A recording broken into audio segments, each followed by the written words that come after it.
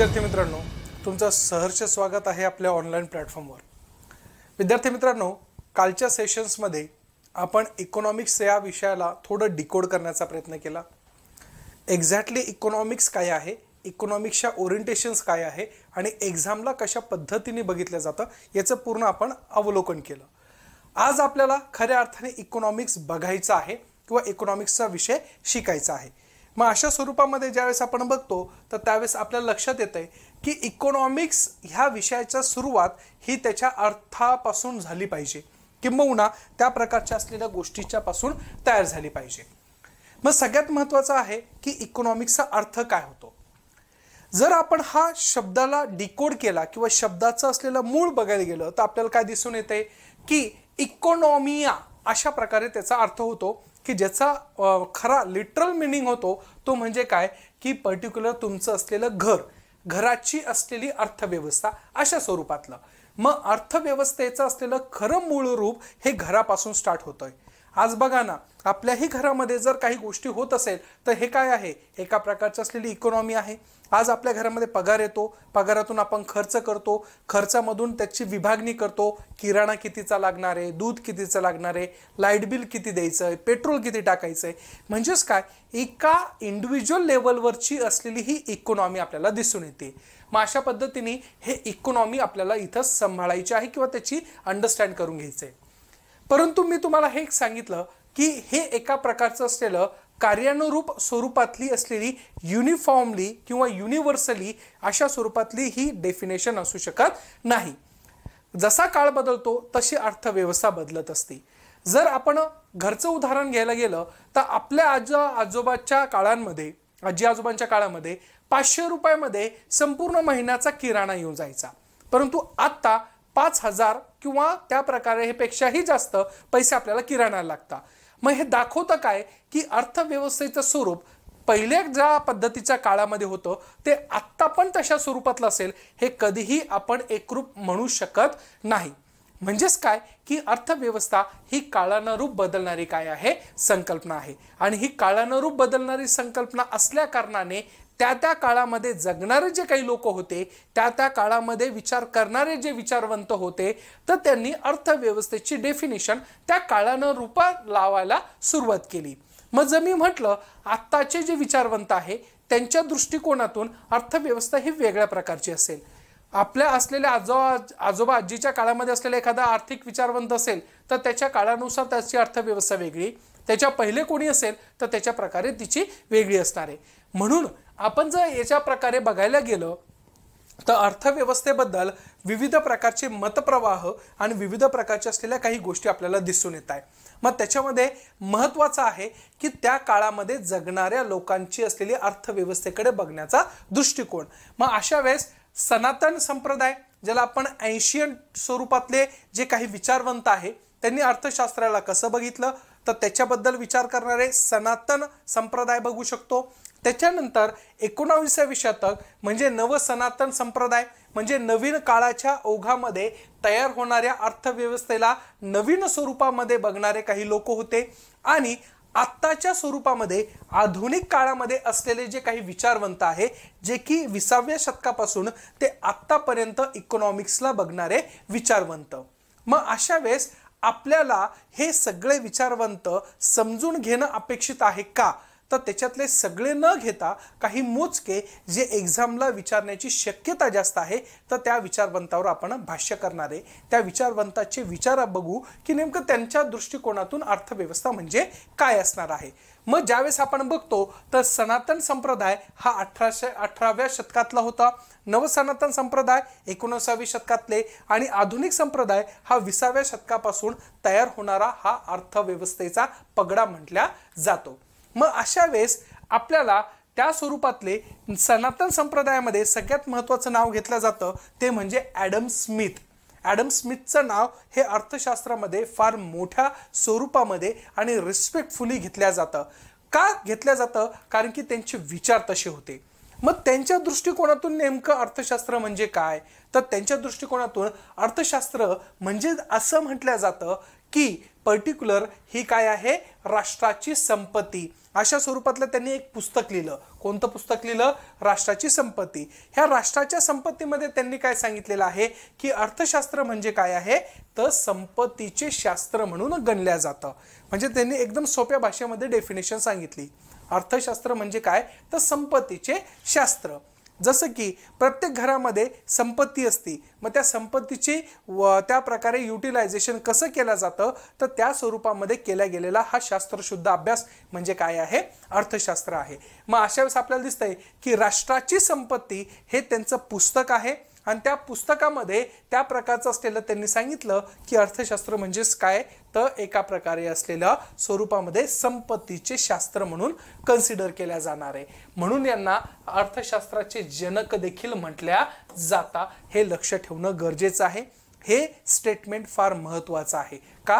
कारण की as it is क्वेश्चनमध्ये विचारलेलं आहे अर्थशास्त्राचे जनक कोणाला म्हटलं जाता, तर ते म्हटलं जातं ॲडम स्मिथ यांना म्हटलं जातं. He is the father of economy असंही म्हटल्या जात आहे. कोणता ग्रंथ लिहिलाय त्यांनी हेही लक्ष ठेवा, राष्ट्राची संपत्ती.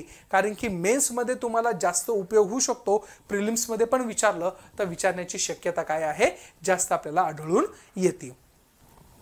दुसरे आहे व्यक्ती, ते म्हणजे काय, तर अल्फ्रेड मार्शल आहे.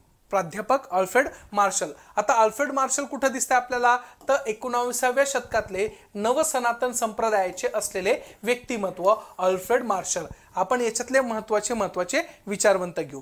मग मार्शल साहेबांच्या मते काय अर्थव्यवस्था आहे किंवा अर्थव्यवस्था म्हणजे काय, तर त्यांनी एक पुस्तक लिहिलं. त्यांचंही पुस्तक फार महत्वाचं आहे. त्या पुस्तकाचं नाव आहे अर्थशास्त्राची मूलतत्वे, द प्रिन्सिपल ऑफ इकॉनॉमिक्स. हे पुस्तक लिहिलं आणि ह्या पुस्तकामध्ये त्यांनी अर्थशास्त्र म्हणजे काय हे समजून सांगण्याचा प्रयत्न केलेला आपल्याला दिसून येत आहे. मग अल्फ्रेड मार्शल यांच्या मते अर्थशास्त्र म्हणजे, तर अर्थशास्त्र हे मानवी कल्याणाचा अभ्यास करणारे काय आहे, शास्त्र आहे. सोबतच या शास्त्रामध्ये प्राप्ती व आवश्यकतेनुसार उपलब्ध संसाधनाचा पर्याप्त वापर करून त्या संबंधी वैयक्तिकरित्या आणि सामाजिक वर्तणुकीचा अभ्यास केला जातो. म्हणजे सोप्या भाषेत जर सांगायचं म्हटलं तर काय आहे हे समजून घ्या. अल्फ्रेड मार्शल यांनी खूप चांगल्या पद्धतीने अभ्यास केला आणि त्यांनी सांगितलं काय की एखाद्या व्यक्तीकडं पैसा किती आहे आणि त्या पैशाच्या आधारावर त्याची वर्तणूक कशी आहे, तर ते तुम्हाला दिसून येते. फॉर एक्झाम्पल, एखादा खूप श्रीमंत माणूस आहे, मग तो एखाद्या झोपडीमध्ये राहील का हो? नाही. तो 5 स्टार हॉटेलमध्ये राहील, 5 स्टार हॉटेलमध्ये जेवण करेल, त्याची वर्तणूक तशी असणार आहे. मग आपण त्याची वर्तणूक बघून काय म्हणू, अरे वा तो खूप श्रीमंत आहे. म्हणजेच काय, खरं अर्थशास्त्र तो आहे. ज्यावेळेस तुम्हाला आजूबाजूच्या घडणाऱ्या गोष्टीवरून एखाद्या गोष्टीचा अभ्यास करायचा असतो, तो म्हणजे अर्थशास्त्र आहे असं अल्फ्रेड मार्शल म्हणताय. जर एखादा गरीब व्यक्ती आहे, तो वागतो तसा आहे, त्याची वर्तणूक तशी आहे, म्हणजे तो त्या प्रकारे अर्थ स्वरूपाच्या माध्यमातून गरीब व्यक्ती आहे. म्हणजेच इथं आपल्याला असं दिसून येते की पर्टिक्युलर ह्या अर्थशास्त्राच्या डेफिनेशनमध्ये आपल्याला विविध विभाग आहे. कसं, तर तुमच्या वर्तणुकीच्या आधारावर. मग वर्तणुकीच्या आधारावर पहिल्यांदा भाष्य केलं गेलं ते म्हणजे कोणाचं, तर अल्फ्रेड मार्शलचं. आणि त्यांनी सांगितलं की हे काय आहे, एका प्रकारे मानवी कल्याणाचा अभ्यास करणारे शास्त्र आहे. मग अशा वेळेस तुमच्या अर्थशास्त्राचे मूलतत्वे ह्या पुस्तकामध्ये सखोल सांगितलेलं आपल्याला दिसून येत आहे. जर आज आपण बघतोय की एखादा श्रीमंत माणूस असेल तर त्याच्या अंगावर किलोभर सोनं असतं, मग ते क्विंटलभर सोनं घेऊन फिरणे म्हणजे श्रीमंतीचं लक्षण आहे. जर माझ्याकडं 2 व्हीलर आहे आणि माझ्या बाजूला फॉर्च्युनर उभी असेल तर लोक काय म्हणतील, अरे बघा त्याच्याकडे फॉर्च्युनर आहे, BMW आहे, लुम्बोर्गिनी आहे. अशा विविध प्रकारच्या गाड्यांच्या नावानी त्याचं स्टेटस कळतं समाजामध्ये. म्हणजे त्याची वर्तणूक तशी आहे. श्रीमंत आहे म्हणून तो घालणार. जर ब्रँडेड श्रीमंत असेल तर आयफोन यूज करेल, माझ्यासारखा गरीब असेल तर त्या प्रकारे साधा मोबाईल यूज करेल. मग हे काय, माझी वर्तणूक दाखवते ना. माझ्याकडे पैसा आला तर मी कदाचित आयफोन यूज करेल. मग हे अल्फ्रेड मार्शलने सांगितलंय, अर्थशास्त्र म्हणजे एका प्रकारे तुमच्या असलेल्या पर्टिक्युलर मानवाच्या असलेल्या कल्याणाचा शास्त्राचा अभ्यास करणे म्हणजे काय आहे, तिथं अर्थशास्त्र आहे. एवढ्या सोप्या भाषेत सांगितलं. त्याच्यानंतर तिसरे आहे रॉबिन्स. कोण आहे, रॉबिन्स. आता रॉबिन्स हे एका प्रकारच्या असलेल्या स्वरूपामध्ये जर बघायला गेले तर काय आहे, रॉबिन्स हे आहे तुमच्या 20व्या शतकामधले किंवा आधुनिक सांप्रदायिक व्यक्तिमत्व त्याला पण गणल्या जातो. मग अशा स्वरूपामध्ये ज्यावेळेस आपण बघतो तर त्यावेळेस आपल्याला दिसून येते की अर्थशास्त्रीय विचारामध्ये हे सगळ्यात महत्त्वाचे आहे रॉबिन्स. मग रॉबिन्स काय आहे? रॉबिन्सच्या मते अर्थशास्त्र म्हणजे काय हे आपल्याला समजून घेणं गरजेचं आहे. मग रॉबिन्स काय म्हणता? तर रॉबिन्सने पहिली गोष्ट कुठं मांडले त्यांचे विचार? तर त्यांचे विचार मांडले ते म्हणजे काय? अर्थशास्त्राचे स्वरूप व महत्त्व, an essay on the nature and the significance of the economic science. मग त्यांनी काय सांगितलं किंवा त्यांच्या मते अर्थशास्त्र म्हणजे काय? तर अमर्याद गरजा आणि त्या मर्यादित परंतु दुर्मिळ व पर्यायी उपयोगाची साधने यांचा मेळ घालणे आणि ह्या स्वरूपामध्ये मानवी वर्तनाचा अभ्यास कसा आहे याचा असलेला अवलोकन करणे म्हणजे अर्थशास्त्र. बघा, जसा काळ बदलतो तशा त्या प्रकारच्या असलेल्या पर्टिक्युलर काळानुसार त्याच्या अर्थशास्त्राची डेफिनेशन बदलते. रॉबिन्स यांचं एक मत काय दिसतंय की ह्या जगामध्ये संपूर्ण पृथ्वी तलावर त्या प्रकारच्या असलेल्या मर्यादा गरजा अमर्यादित आहे. म्हणजे तुमच्या ज्या गरजा इंडिव्हिज्युअल व्यक्तीच्या गरजा कशा आहे? अमर्यादित आहे. आज एक गाडी असेल तर 2 गाडी घेणार आहे, 2 गाडी असेल तर भारीतल्या गाडी घेणार आहे. मग अशा स्वरूपामध्ये ह्या गरजा अमर्यादित असणार आहे.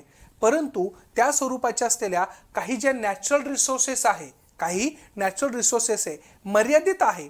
उद्या चालून जर त्या प्रकारे कोळसा संपला तर मग अशा वेळेस आपल्याला काहीतरी बदलावं लागेल की नाही? मग अशा स्वरूपामध्ये तुमच्या अमर्यादित गरजा आणि गरजा यांचा मेळ घालून माणसाची प्रवृत्ती कशी बदलती तर त्याच्यावर काय केलं जातं? अभ्यास केला जातो. आणि तो अभ्यास म्हणजे अर्थशास्त्रीय अभ्यास असं रॉबिन्स म्हटलेले आहे. हे लक्षात घेणं गरजेचं आहे. म्हणजे एका प्रकारे तुम्हाला असलेल्या मानवाच्या गरजा काळानुरूप बदलत असतात. आता बघा ना, पहिले आपण पेट्रोल गाडी वापरायचो, आता त्या प्रकारचं असलेलं उद्या चालून कोळसा संपला तर पेट्रोलचं असलेलं जे उत्पादन आहे ते काय होणार आहे? कमी होणार आहे. मग माणसाने आत्ता स्विच केलं कशावर? CNG वर. उद्या चालून इलेक्ट्रॉनिक गाडी. मग हे दाखवतं काय की मानवाच्या अमर्यादित ज्या गरजा आहे त्या गरजा आपण फुलफिल करतोय, परंतु ते फुलफिल करता वेळेस आपण काही गोष्टीची असलेली तिथं काय घेतोय? संरक्षता आपल्या हातामध्ये असायला पाहिजे. मग हे रॉबिन्स म्हणतात की अशा स्वरूपामध्ये याच्या माझ्या ओरिएंटेशननी हे अर्थशास्त्र आहे. मग उद्या चालून माझ्याकडचा पैसा जरी वाढला असेल परंतु माझ्या गरजा कमी म्हणजे त्या प्रकारच्या फुलफिल झाल्या असेल तर मी खर्च करेल का? नाही. अंबानी आता घेऊन भारीतली गाडी किती घेणार आहे? तो पण कुठेतरी स्टॉप झाला असेल की नाही? मग प्लेन घेतले, प्लेन घेऊन किती भारीतलं प्लेन घेणार आहे? त्याला पण त्यांनी लिमिट आले की नाही? गरजाला कुठेतरी तुम्ही काय करताय? त्या प्रकारचा मेळ घालण्याचा प्रयत्न करताय असं रॉबिन्स म्हणताय. आणि ह्या मानवाच्या वृत्तीचं असलेलं जेव्हा त्यांनी अभ्यास केला तर खऱ्या अर्थाने तो काय झाला? अर्थशास्त्रीय अभ्यास झालेला आपल्याला दिसून येतोय. आलं लक्षात? मग हे तुमचं असलेला बेनिफिट होऊ शकतो राज्यसेवेच्या मुख्य परीक्षेला आणि सोबतच कंबाईनच्या असलेल्या मुख्य परीक्षेला. ह्या प्रकारे क्वेश्चन विचारल्या जातात. हे तुम्ही जर ऑब्झर्व केलं तर तुम्हाला बऱ्यापैकी गोष्टी तिथं दिसणार आहे. त्याच्यानंतर आहे पॉल सॅम्युएल्स. हे पण नवीन आधुनिक संप्रदायातले व्यक्तिमत्व आहे. मग यांनीही त्या प्रकारचा ज्यावेळेस अभ्यास केला तर पॉल सॅम्युएल्स यांचं असलेलं एक त्यांनी अर्थशास्त्राचं वर्णन स्वतःच्या असलेल्या काही पर्टिक्युलर असलेल्या गोष्टीमध्ये करताना त्यांनी काय सांगितलं की अर्थशास्त्र म्हणजे काय? तर हे एका प्रकारे सामाजिक शास्त्राची राणी आहे. म्हणजे सामाजिक शास्त्राची आई आहे. आई आहे म्हणजे काय की अर्थशास्त्रामुळं तुमचं राज्यशास्त्र तयार झालं, अर्थशास्त्रामुळं समाजशास्त्र झालं, अर्थशास्त्रामुळं मानवशास्त्र झालं, अर्थशास्त्रामुळं मानव वंशशास्त्र आलेलं आहे. म्हणजेच प्रत्येक गोष्टीचं जर ओरिजिन बघायला गेलं तर हे फक्त अर्थशास्त्रामध्ये लपलेलं आहे. आज बघा ना, आपली प्रत्येक गोष्ट कशावर आधारित आहे? पैशावर आधारित आहे. आज आपलं मन खुश असतं कधी? ज्यावेळेस आपल्या बँकेमध्ये बॅलन्स असतं. आपलं बँकेमध्ये बॅलन्स नसू द्या बरं, मन डिस्टर्ब होतं. सोशली तुम्ही लगेच कमी गरीब दिसतात, लगेच समाजामधून तुम्ही बाजूला टाकले जाता. म्हणजे प्रत्येक गोष्ट ही डिसाईड होती अर्थशास्त्रावर. म्हणून पॉल सॅम्युएल्स यांनी सांगितलेलं आहे जे काही आज आपल्याला दिसतंय त्याच्यामध्ये ही एका प्रकारची सामाजिक शास्त्राची काय आहे? राणी आहे. आणि हे मूळ आहे संपूर्ण जेव्हा तुम्ही सोशल सायन्सचा अभ्यास करता त्या सोशल सायन्सची राणी म्हणून कशाला गणलेला आहे? तर अर्थशास्त्राला गणलेला आपल्याला दिसून येते. मग तुम्हाला क्वेश्चन विचारले गेलेले पण आहे की त्या स्वरूपामध्ये सामाजिक शास्त्राची राणी कोण आहे? तर लक्ष ठेवायचं ती म्हणजे कोण असणार आहे? पर्टिक्युलर अर्थशास्त्र आहे. हे लक्षात घेणं गरजेचं आहे.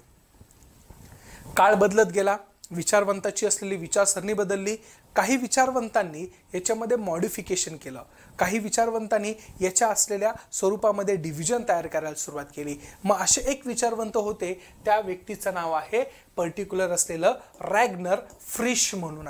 काय आहे? रॅग्नर फ्रिश. फॉरेनचे नाव आहे, थोडं लक्षात ठेवणं अवघड जरी असलं तरी आपल्याला लक्ष ठेवणं गरजेचं आहे. मग त्यांनी काय सांगितलं की अर्थशास्त्राची व्याख्या भले की कोणी कसं देऊ, परंतु त्याच्या असलेल्या मुख्य विभागानुसार, त्याच्या कार्यानुसार अर्थशास्त्राचा अभ्यास केला गेला पाहिजे.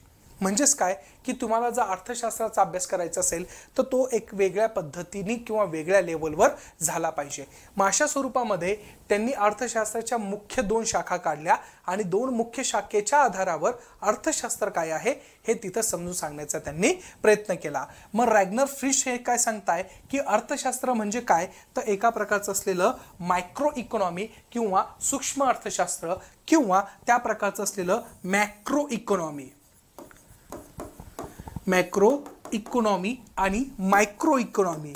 म्हणजे यांनी अर्थशास्त्राचा अभ्यास करता वेळेस ह्या 2 गोष्टीवर लक्ष केंद्रित केलं की माझ्या मते अर्थशास्त्राचा अभ्यास 2 घटकावर केला पाहिजे, एक म्हणजे मायक्रो लेवलवर आणि एका प्रकारचं असलेलं मॅक्रो लेवलवर. मग मायक्रो लेवलवर जेव्हा तुम्ही अभ्यास करणार आहे तर त्याला म्हणलं जाणार आहे सूक्ष्म अर्थशास्त्र, आणि मॅक्रो लेवलवर ज्यावेळेस तुम्ही अभ्यास करणार आहे तर त्यावेळेस काय म्हणलं जाणार आहे?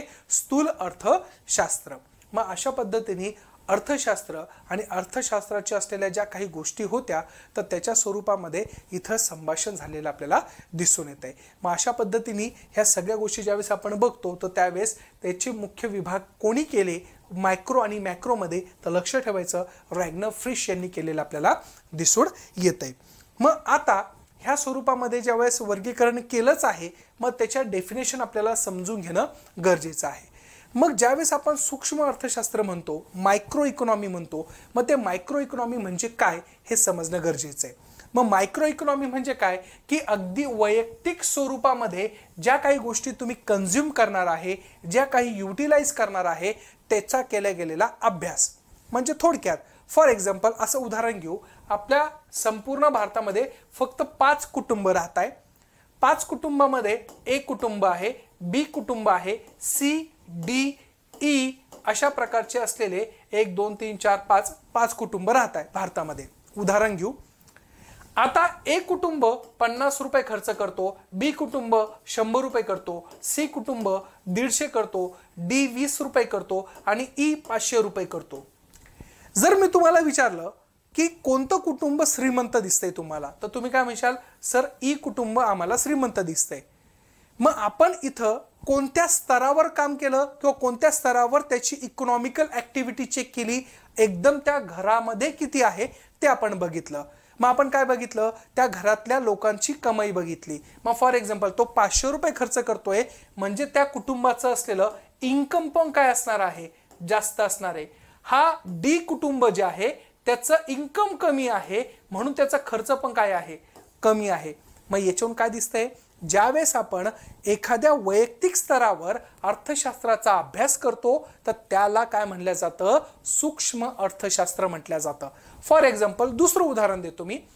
ए कुटुंबाकडं 2 व्हीलर आहे, बी कुटुंबाकडं 3 व्हीलर आहे, सी कुटुंबाकडं 4 व्हीलर आहे, डी कुटुंबाकडं सायकलच नाहीये आणि ई कुटुंबाकडं 5 4 व्हीलर आहे.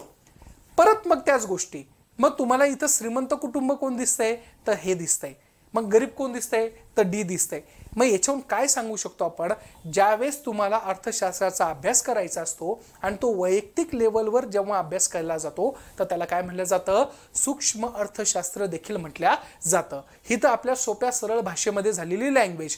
मग आता टेक्निकल बघू. बघा, वैयक्तिकरित्या जो उपभोक्ता आहे म्हणजे जो कंझ्युम करतो किंवा त्या प्रकारचं काही उत्पादन घेतो किंवा विशिष्ट वस्तूंची किंमत किंवा घटकांची किंमत यासारख्या वैयक्तिक स्तरावरच्या असलेल्या आर्थिक क्रियांच्या वर्तनाचा अभ्यास करणे म्हणजे सूक्ष्म अर्थशास्त्र आहे असं म्हटलं जातं. मग मी तुम्हाला दुसरं अजून एक उदाहरण देतो. मला एक सांगा, डी आणि ईचं कंपॅरिझन केलं तर सर्वात जास्त बर्गर आणि पिझ्झा कोण खावणार आहे? तर ई खाणार आहे. का? त्याचा इन्कम जास्त आहे, तो खर्च जास्त करेल. त्या प्रकारे डी, त्याच्यात इन्कम कमी असेल तर तो खर्च करेल का? नाही. म्हणजे त्याचा बिहेवियरल अप्रोच जो आहे, म्हणजे त्याचं वर्तणूक कसं आहे, हे जेव्हा आपण प्रत्येक व्यक्तीच्या कुटुंबानुसार वैयक्तिकरित्या असलेल्या त्या व्यक्तीच्यानुसार जेव्हा चेक करतो, तर त्यावेळेस आपण म्हणतो की हे सूक्ष्म अर्थशास्त्र आहे. आलं लक्षात? समजलं? मग अशा पद्धतीने हे मायन्यूट लेवलला जेव्हा आपण अर्थशास्त्राचा अभ्यास करतो, तर त्यावेळेस आपल्याला हे दिसून येतं. याचा उपयोग जर तुमच्या सामान्य भाषेमध्ये सांगायचं झालं तर एखाद्या जनगणनावाला असतो बघा, जनगणनावाला जेव्हा घरी येतो किंवा तुमच्या असलेल्या NSSO जो आहे, त्यात मी ते पुढे सांगणार आहे NSSO म्हणजे काय, NSO म्हणजे काय. तर अशा वेळेस जनगणनावाला घरी येतो आणि तुम्हाला विचारतो घर स्वतःचं आहे का, तुमच्या घरी स्वतःची प्रॉपर्टी आहे का, तुमच्या घरामध्ये किती माणसं राहतात, किराणा किती लागतो. हे एका प्रकारे काय मायन्यूट लेवलवर केलेल्या अर्थशास्त्राचा अभ्यास होय. याला म्हणतात मायक्रो इकॉनॉमिक्स. आलं लक्षात? अशा प्रकारे आता आपल्याला आता दुसरं बघायचं आहे की मॅक्रो इकॉनॉमी काय आहे. Macro economy for example, macro economy म्हणजे काय, मोठ्या स्तरावर काय, मोठ्या स्तरावर अर्थशास्त्राचा केला गेलेला अभ्यास. फॉर एक्झाम्पल उदाहरण घेऊ इंडिया आणि त्या प्रकारचं असलेलं USA. जर मी तुम्हाला विचारलं की भारत आणि अमेरिकेमध्ये कोण श्रीमंत आहे, तर तुमच्या डोळ्यासमोर काय येणार आहे, ॲब्सोल्युटली USA येणार आहे. का तुमच्या डोळ्यासमोर USA आलं, तर पहिली गोष्ट तुम्हाला माहित नाहीये की कशामुळे, परंतु आपण असं बघायला गेलं तर तिथलची इकॉनॉमिकल ऍक्टिव्हिटी चांगली आहे, तिथलचं एज्युकेशन चांगलं आहे, तिथलच्या लोकांचं हेल्थ चांगलं आहे, USA मध्ये एम्प्लॉयमेंट चांगलं आहे, USA मध्ये तुमच्या असलेल्या गव्हर्नमेंट हे एकदम स्टेबल गव्हर्नमेंट आहे, USA मध्ये इकॉनॉमिकल ऍक्टिव्हिटीची जी सर्क्युलॅरिटी आहे, ज्याला आपण म्हणतो पैशाची फेरफार करणे किंवा पैशाचं असलेलं चलनता वाढणे, हे सगळं काय आहे ॲज कम्पेअर टू इंडिया हे चांगलं आहे. मग अशा पद्धतीने ज्या वेळेस तुम्ही एखाद्या देशाचा दुसऱ्या देशासोबत कंपॅरिझन करताय वेळेस काही मोठे मोठे घटक आहे, त्या मोठमोठ्या घटकांचा विचार करतात आणि त्या स्वरूपामध्ये विचार करताय वेळेस तुम्ही दुसऱ्या एखाद्या देशासोबत कंपॅरिझन करून सांगितलं जातं काय की हा देश काय आहे, विकसित आहे, विकसनशील आहे किंवा अविकसित आहे. तर याला हा केला गेलेला अभ्यास म्हणजे स्थूल मॅक्रो इकॉनॉमी. मग उद्या चालून जर तुम्हाला कंपॅरिझन करायचं द प्रोडक्शन बिटवीन प्रोडक्शन तुमचं इंडियाचं किती प्रोडक्शन आहे आणि USचं प्रोडक्शन किती आहे, हे जर तुम्हाला कॅटेगराईज करायचं असेल that times you can be use the macro economy. किंवा याच्या पलीकडे जाऊन जर तुम्हाला GDP सांगायचा तर आपण काय सांगतो, GDP ग्रोथ रेट USचा जास्त आहे ॲज कम्पेअर टू इंडियाचा. म्हणजे एका स्वरूपामध्ये ज्यावेळेस आपण बघतो तर त्यावेळेस आपल्याला अर्थशास्त्रामध्ये मोठ्या स्वरूपामध्ये ढोबळमानाने ज्यावेळेस दुसऱ्या देशासोबत कंपॅरिझन केला जाईल that is called as a macro economy. स्थूल देशांतर्गत असलेली जी अर्थशास्त्रता आहे त्याच्यामध्ये केला गेलेला अभ्यास आपल्याला दिसून येणार आहे. मग अशा पद्धतीने मायक्रो इकॉनॉमी आणि मॅक्रो इकॉनॉमीचा आपण अभ्यास याच्या अंतर्गत केला जातो. मग ज्या पद्धतीने ह्या सगळ्या अर्थव्यवस्था आहे, ह्या अर्थव्यवस्थेचा ज्या संपूर्णरित्या अभ्यास केला जातो मायक्रो लेवलवर आणि मॅक्रो लेवलवर, तर त्यावेळेस त्या देशाची प्रगती कशी आहे, प्रगती आहे का अधोगती आहे का, त्या देशामध्ये चांगल्या गोष्टी होऊ शकतात किंवा नाही होऊ शकत, याचा प्रिडिक्टिबिलिटी जेव्हा केल्या जाते त्यावेळेस अर्थव्यवस्थेचे असलेले काही प्रकार पडतात, हे आपल्याला समजणं गरजेचं आहे. मग आपल्याला अर्थव्यवस्थेचे प्रकार काय आहे हे माहिती असणं अपेक्षित आहे. मग अर्थव्यवस्थेचे प्रकार हे दोन स्वरूपामध्ये आहे, एक म्हणजे मालकीनुसार आणि दुसरं काय आहे त्या प्रकारच्या असलेल्या विकासाच्या अवस्थेनुसार. येतंय लक्षात? अगदी सोप्या भाषेमध्ये समजून घेतोय. काय सांगितलं मी की अर्थव्यवस्थेचे जर खऱ्या अर्थाने प्रकार बघायला गेले, कारण की अर्थव्यवस्था काय आहे, अर्थव्यवस्थेचा संदर्भ काय आहे हे आपण सगळं बघितलं. आता अर्थव्यवस्थेच्या बाबतीमध्ये त्याचे असलेले प्रकार पण बघणं गरजेचं आहे. मग हे जे प्रकार आहे ते दोन प्रकारामध्ये डिवाइड होतात. एक म्हणजे काय मालकीनुसार, दुसरं म्हणजे काय विकासाच्या अवस्थेनुसार. मग अशा वेळेस आपल्याला काय दिसतंय की मालकीनुसार काय आहे, तर मालकीनुसार ज्यावेळेस आपण बघतो तर त्यावेळेस मालकी ही इंडिव्हिज्युअल व्यक्तींची आहे का, मग त्याच्या आधारावर भांडवलशाही अर्थव्यवस्था आहे का, त्याच्यानंतर समाजवादी अर्थव्यवस्था आहे का, का मिश्र अर्थव्यवस्था आहे, याचं असलेलं कॅटेगरायझेशन करणं सोपं होतं. ज्यावेळेस तुम्ही विकासाच्या अवस्थेनुसार एखाद्या देशाला बघितला जातो तो देश विकसित आहे, विकसनशील आहे का अविकसित आहे याचाही तिथं संदर्भ लागला जातो। मग अशा वेळेस आपण एक एक घटक बघू की नेमकं कशा स्वरूपातलं असणार आहे आणि कोणत्या स्वरूपातलं असणार आहे। मग ज्यावेळेस आपण भांडवलशाही अर्थव्यवस्था म्हणतो तर त्याचं असलेलं नेमकं काय मूळ आहे आणि भांडवलशाही अर्थव्यवस्था म्हणजे काय अर्थव्यवस्था आहे हे आपल्याला इथं बघता येऊ शकतं। ज्यावेळेस आपण भांडवलशाही अर्थव्यवस्था म्हणतो तर त्यावेळेस त्या भांडवलशाही अर्थव्यवस्थेमध्ये इंडिव्हिज्युअल व्यक्तींच्या असलेल्या अर्थव्यवस्थेमध्ये त्या प्रकारचं पार्टिसिपेशन जास्त असतं। आता फॉर एक्झाम्पल उदाहरण देतो, USA घ्या।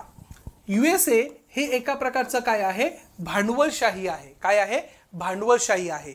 मग भांडवलशाही देश म्हणजे असा देश की ज्या देशामध्ये इंडिव्हिज्युअल वैयक्तिकरित्या त्या प्रकारचं असलेलं प्रोडक्शन हे जास्त असतं, किंबहुना उत्पन्नाची साधने काय, उत्पन्नाची साधनं ही कोणाच्या मालकीची असती तर खाजगी मालकीची असती, एवढं लक्षात ठेवा।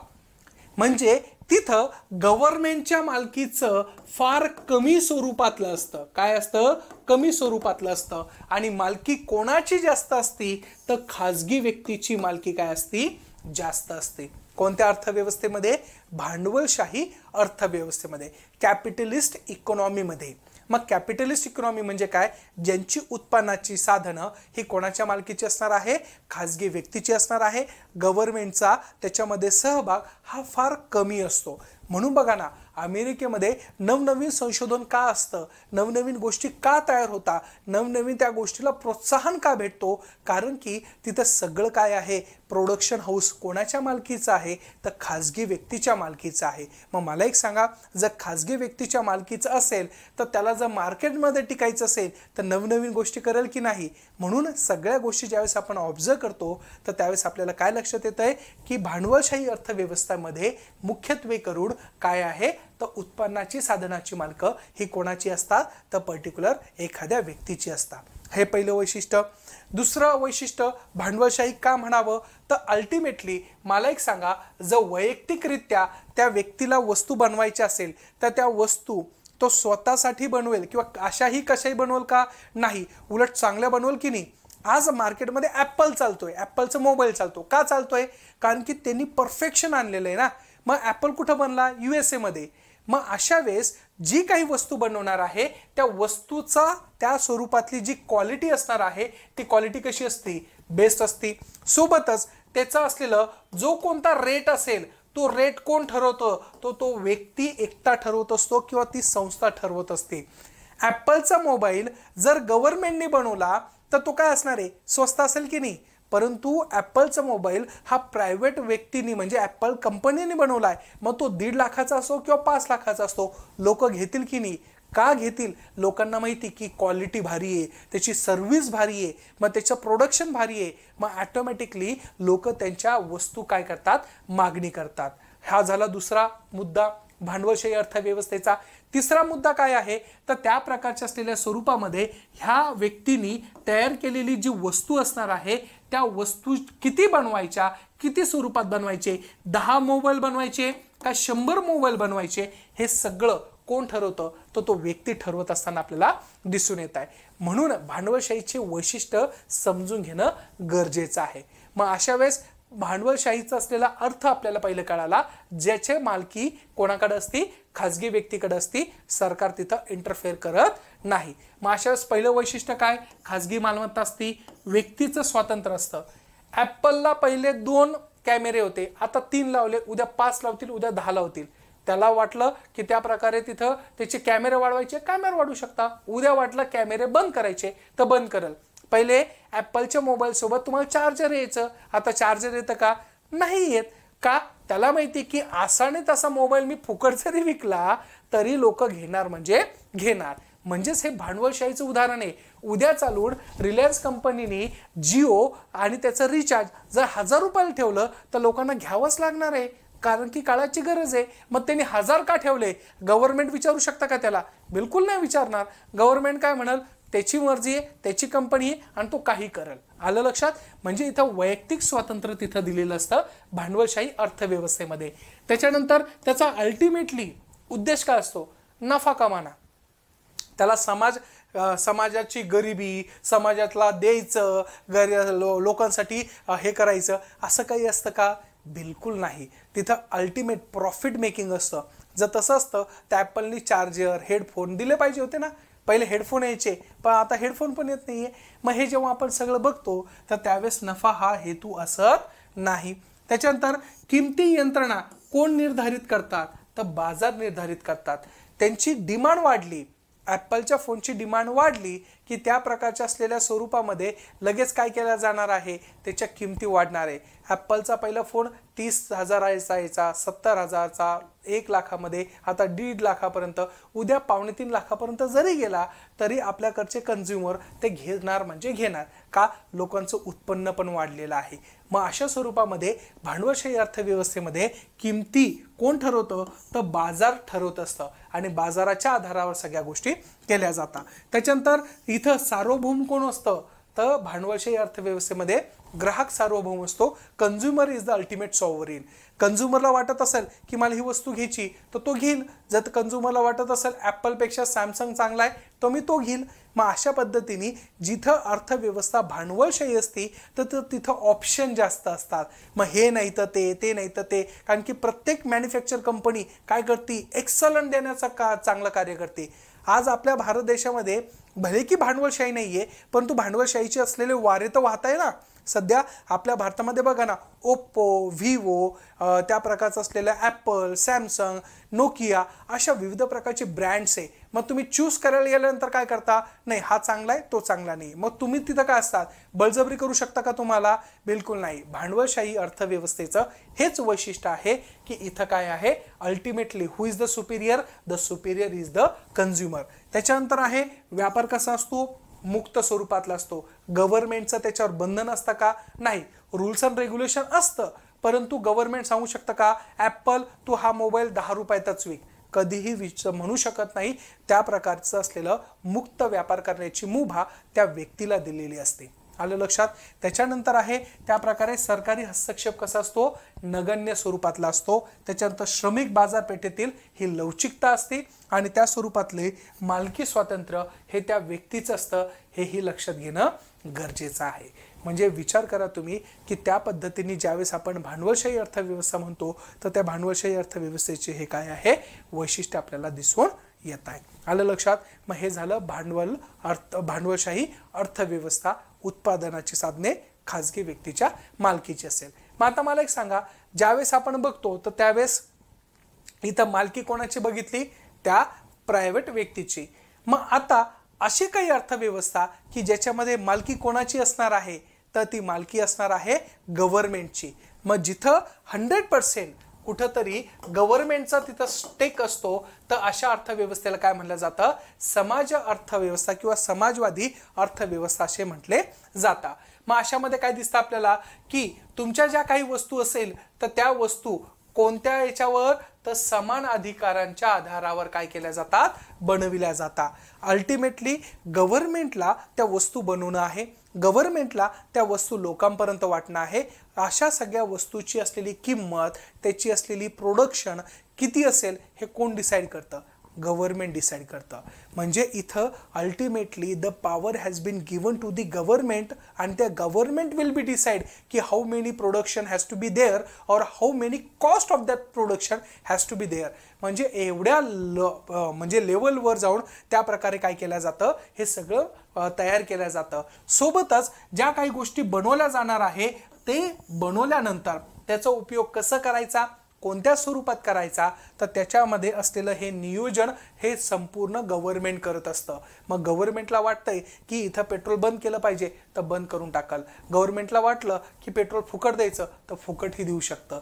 मग अशा प्रकारची समाजाच्या ओरिएंटेशननी तयार केलेल्या गोष्टी म्हणजे काय असणार आहे? त्या पद्धतीने असणार आहे. मग अशा स्वरूपामध्ये समाजवादी अर्थव्यवस्थेची वैशिष्ट्ये काय दिसत आहे? तर पहिलं आहे म्हणजे संसाधनाची सामूहिक मालकी. मालकी कोणत्या एका व्यक्तीची आहे का? नाही, ही कशी असणार आहे? सामूहिक असणार आहे, सगळ्यांची असणार आहे. म्हणजे एखादी इंडस्ट्री असेल तर ते इंडस्ट्री बनवत्या वेळेस गव्हर्नमेंट काय करेल, लोकांना सांगाल की तुमचे शेअर विकत घ्या, याच्यामध्ये तुम्ही पैसे टाका आणि त्या प्रकारे तुम्ही कंपनीचे काय होऊन जा, मालक होऊन जा. मग अशा पद्धतीने असलेलं सामूहिक मालकी असती. दुसरं वैशिष्ट्य म्हणजे केंद्रामध्ये आर्थिक नियोजन असतं. नियोजनाच्या माध्यमातून सगळ्या गोष्टी केल्या जातात. मग central government will be decide की कोळसा किती आहे, एवढा उरलाय का, मग आता याच्या पुढे कोळसा वापरायला भेटणार नाही. मग त्या प्रकारे दुसरा काही पर्याय आहे का, येस, दुसरा पर्याय. म्हणजे सगळं नियोजनबद्ध असतं. किती खर्च करायचा, किती खर्च नाही करायचा, हे सगळं समाजवादी असलेल्या अर्थव्यवस्थेमध्ये दिसून येतं. ग्राहकांसाठी पर्याय असतो का, नाही. सरकारने सांगितलं हाच एक रस्ता आहे आणि ह्याच रस्त्यावरून जायचा, त्यावेळेस तुम्हाला पर्याय आहे का, नाही, तुम्हाला तोच पर्याय वापरावा लागणार आहे. गव्हर्नमेंटने सांगितलं की हा बिस्किटचा पुडा आणि हे गव्हर्नमेंटच्या माध्यमातून तयार होतोय, हाच खायचा, तर तुम्हाला तोच खावा लागतो. आज आहे का तसं? आज तुम्ही ब्रिटानिया घेता, पार्ले घेता, हे घेता, ते घेता. हे काय आहे तर तुमची अर्थव्यवस्था वेगळ्या प्रकारची आहे भारतामध्ये. मग जिथं समाजवादी अर्थव्यवस्था असते तर ग्राहकांना पर्याय असतो का, बिलकुल पर्याय नसतो. उत्पन्नाच्या वितरणामध्ये काय असती, समानता असते. काय असते, समानता. जे वितरण केलं जाणार आहे ते काय केलं जाणार आहे, समस्वरूपामध्ये वाटल्या जाणार आहे. म्हणजेच काय की फॉर एक्झाम्पल एखाद्या व्यक्तीला फार लगे त्या सगळ्या गोष्टी बिलकुल नाही. जसं की पब्लिक ट्रान्सपोर्ट हे सगळ्यांसाठी काय असणार आहे, ओपन असणार आहे. आणि लास्टला आहे त्या प्रकारचं मार्केट फोर्सची काय असते, अनुपस्थिती असते. काय असते, मार्केट फोर्सची अनुपस्थिती. म्हणजे मार्केट कुठे चाललं आहे, मार्केटची डिमांड काय आहे हे याच्यामध्ये कन्सिडर केल्या जात नाही. इथं फक्त काय कन्सिडर केलं जातं की गव्हर्नमेंटला काय वाटतं, मार्केटमध्ये एखाद्या गोष्टीची डिमांड आहे म्हणून त्या प्रकारचं असलेलं लगेच ते तयार करेल अशातला भाग नसतो. जर तिथं गव्हर्नमेंटला वाटतं की हे प्रोडक्शन करणं खरं योग्यच आहे तर तेहीच प्रोडक्शन केल्या जाणार आहे. मग अशा पद्धतीच्या माध्यमातून ही समाजवादी अर्थव्यवस्था आपल्याला बघता येऊ शकते. त्याच्यानंतर आहे त्या प्रकारची असलेली मिश्र अर्थव्यवस्था. आता ज्या स्वरूपामध्ये पहिल्यांदा बघितलं की भांडवलशाही अर्थव्यवस्थेमध्ये मालकी कोणाची असते, तर मालकी असती तर पर्टिक्युलर तुमच्या असलेल्या त्या स्वरूपामध्ये इंडिव्हिज्युअल व्यक्तीची. कुठं, तर भांडवलशाही अर्थव्यवस्थेमध्ये. मग इथं मालकी कोणाची आहे, वैयक्तिकरित्या असलेल्या व्यक्तीची असणार आहे. त्याच्यामध्ये समाजवादीमध्ये कोणाची मालकी असती, गव्हर्नमेंटची मालकीची असते. मग ज्यावेळेस आपण मिश्र अर्थव्यवस्था म्हणतो तर मिश्र अर्थव्यवस्थेमध्ये मालकी कोणाची असणार आहे, तर सिंपल त्या प्रकारचं असलेलं गव्हर्नमेंट प्लस प्रायव्हेट सेक्टर यांची मालकी असती. हे लक्ष ठेवणं गरजेचं आहे. परंतु एक लक्ष ठेवा मित्रांनो, इथं काय असतं की गव्हर्नमेंटचा शेअर जो असतो ना तो काय असतो, जास्त असतो. जसं की 51% पकडू आपण. 51% शेअर कोणाचा, गव्हर्नमेंटचा, आणि 49% शेअर कोणाचा, तर इंडिव्हिज्युअल प्रायव्हेट व्यक्तीचा. असं उदाहरणार्थ पकडूया. म्हणजे एखादी इंडस्ट्री असेल मिश्र अर्थव्यवस्थेमध्ये तर त्या स्वरूपामध्ये आपल्याला दिसतंय की 51% शेअर कोणाचा, गव्हर्नमेंटचा, आणि 49% प्रायव्हेटचा. म्हणजे याचा अर्थ असा होत नाहीये की प्रत्येक इंडस्ट्रीमध्ये गव्हर्नमेंटचा तेवढाच शेअर असेल. परंतु सांगायचं म्हणजे काय की मिश्र अर्थव्यवस्थेमध्ये गव्हर्नमेंट पण असतं आणि प्रायव्हेट सेक्टर पण असतं. याचं उदाहरण देतो. बघा, आज आपल्याकडं रेल्वे आहे, त्याच्यानंतर पोस्टाचं खातं आहे, त्याच्यानंतर काही एअरलाइन्स आहे, त्याच्यानंतर कोळसा आहे. हे सगळं कोणाच्या मालकीचं आहे, गव्हर्नमेंटच्या मालकीचं आहे. परंतु भारतामध्ये त्या प्रकारचं असलेलं अदानी अंबानी ग्रुप आहे की नाही. मग अदानी झाले, अंबानी झाले, टाटा झाले, त्याच्यानंतर तुमचे असलेले अनअकॅडमी, अशा विविध प्रकारचे असलेले जे इंडिव्हिज्युअल व्यक्तींचं ही बिझनेस आपल्या भारतामध्ये दिसून येत आहे. म्हणजे एका प्रकारे भारतामध्ये गव्हर्नमेंट पण त्या प्रकारचं असलेलं तिथं इकॉनॉमिकल ॲक्टिव्हिटी करतं आणि प्रायव्हेट व्यक्ती पण देखील काय करतं, इकॉनॉमिकल ॲक्टिव्हिटी करतं. परंतु इथं वजन कोणाचं जास्त आहे असं जर विचारलं तर लक्ष ठेवायचं, गव्हर्नमेंटचं वजन हे काय असतं, जास्त असतं. गव्हर्नमेंट कायदे बनवून ह्या प्रकारच्या प्रायव्हेट लोकांना वेठीस धरण्याचंही काम गव्हर्नमेंट करू शकतं. का उद्या चालून या लोकांच्या हातामध्ये जर आपण सत्ता पण दिली तर उद्या चालून भारत हे एका प्रकारे काय होऊ शकतं, वेगळ्या स्वरूपामध्ये आपल्याला दिसून येऊ शकतं. त्यामुळं आपल्याकडच्या मिश्र अर्थव्यवस्थेमध्ये गव्हर्नमेंट पण असतं आणि प्रायव्हेट सेक्टर पण तिथं काय असतं, अवेलेबल असतं. हे लक्षात घेणं गरजेचं आहे. मग याचे वैशिष्ट्य जर बघायला गेलं तर आपल्याला काय दिसतंय, सर्व क्षेत्रांचं काय आहे, सहअस्तित्व. सर्व क्षेत्र म्हणजे काय, गव्हर्नमेंटचं क्षेत्र आणि प्रायव्हेटचं क्षेत्र दोघांचं काय असतं, सहअस्तित्व दिसतंय. आज बघा ना, रेल्वे कोणाच्या मालकीची, गव्हर्नमेंटच्या मालकीची. परंतु रेल्वे चांगलं सुशोभीकरण करावं याच्यासाठी गव्हर्नमेंटनी प्लॅटफॉर्म कोणाला बनवायला दिले, तर अदानी अंबानी ग्रुपला दिले. भारतामध्ये आज एवढे चांगले रस्ते दिसत आहे, हे कशामुळे, तर प्रायव्हेट कॉन्ट्रॅक्ट आपण दिले. का दिले, भारताला माहिती आहे की आपण एवढा खर्च करू शकतो का, नाही खर्च करू शकत. मग हे मोठमोठे जे लोक आहे, अंबानी अदानी, यांच्याकडे पैसा पडलेला आहे, मग त्यांना कॉन्ट्रॅक्ट द्या, रस्ते बांधून घ्या. आज एवढे रस्ते एवढे चांगले का बनले, कारण की आपल्याकडे मिश्र अर्थव्यवस्था आहे म्हणून इथं सहअस्तित्व आहे. दुसरं आहे सहकारी क्षेत्र. आपल्याकडचं जे काही क्षेत्र असणार आहे ते सहकार क्षेत्र असणार आहे.